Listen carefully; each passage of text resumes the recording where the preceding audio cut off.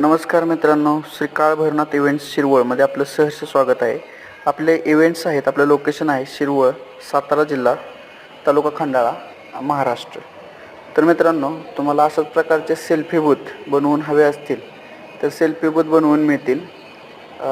Fully remote control हा selfie booth आहे. लाईटसुद्धा remote control होतात आणि पूर्ण त्याचे रोटेशन लेफ्ट राईट सेल्फी बूथचे पूर्ण रिमोट कंट्रोल आहे.